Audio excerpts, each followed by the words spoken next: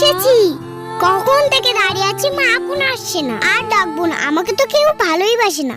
দৃশ্যা, আমি স্নান করেছিলাম তাই আমার আসতে একটু দেরি হলো। আমাকে ব্যাগটা দাও, তুমি হাত মুখ দিয়ে খেতে বসো, আমি খাবার দিচ্ছি। না, তোমাকে ব্যাগ নিতে হবে না, আমার কাছে আমিই করতে পারবো।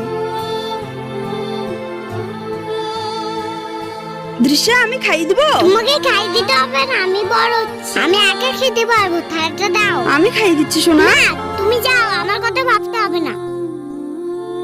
আজকে আমার হাতে খেতে ইচ্ছে করছে না, কিছুদিন আগে আমার হাতে না খেলে তোমার পেট ভরতো না। ঠিক আছে, তুমি বড় হয়েছো, তোমার যেটা ভালো মনে হয় করো।